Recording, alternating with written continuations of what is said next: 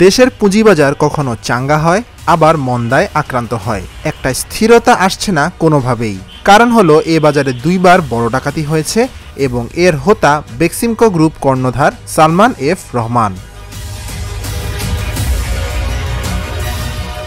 1996 ও 2010 সালে দুবার Salman F Rahman share বাজারকে তছনছ করে দেন। 1996 ও 2010 সালের শেয়ার বাজারের ধস পরবর্তী তদন্ত রিপোর্টেও উঠে এসেছে তার নাম। এছাড়া এই দুইবার ছাড়াও বিভিন্ন সময় বড় দরপতনে সালমান এফ রহমানের সম্পৃক্ততা রয়েছে।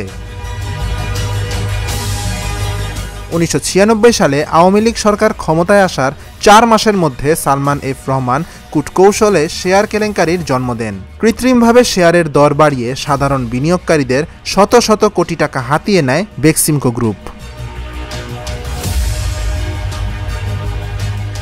1996 সালের শেয়ার কেলেঙ্কারির তদন্ত কমিটি কারসাজিতে সালমান এফ রহমানের সংশ্লিষ্টতার প্রমাণ পায়, যার প্রতিবেদন 1997 সালের 27 মার্চ সরকারের কাছে হস্তান্তর করা হয়।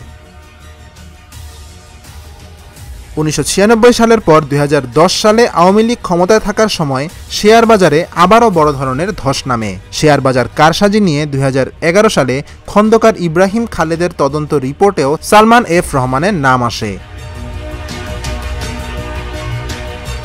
2011 সালে ভুয়া কাগজপত্রের মাধ্যমে আইএফআইসি মিউচুয়াল ফান্ডের মাধ্যমে শেয়ার বাজার থেকে 1000 কোটি টাকা সংগ্রহ করেন।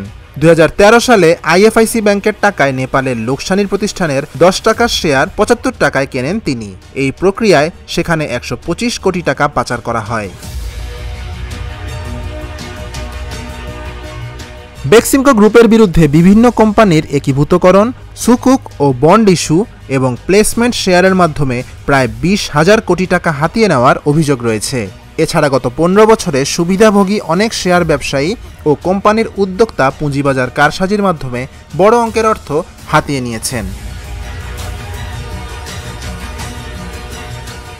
2021 সালে বেক্সিমকো গ্রিন সুকুক আল ইস্তিনসা শরিয়া ভিত্তিক বন্ডের নামে শেয়ার বাজার থেকে 3000 কোটি টাকা সংগ্রহ করা হয়।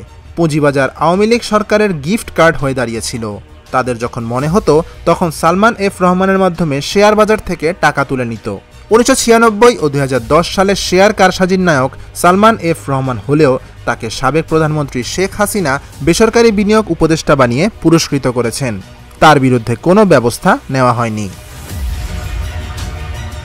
Dhaka journal, news desk.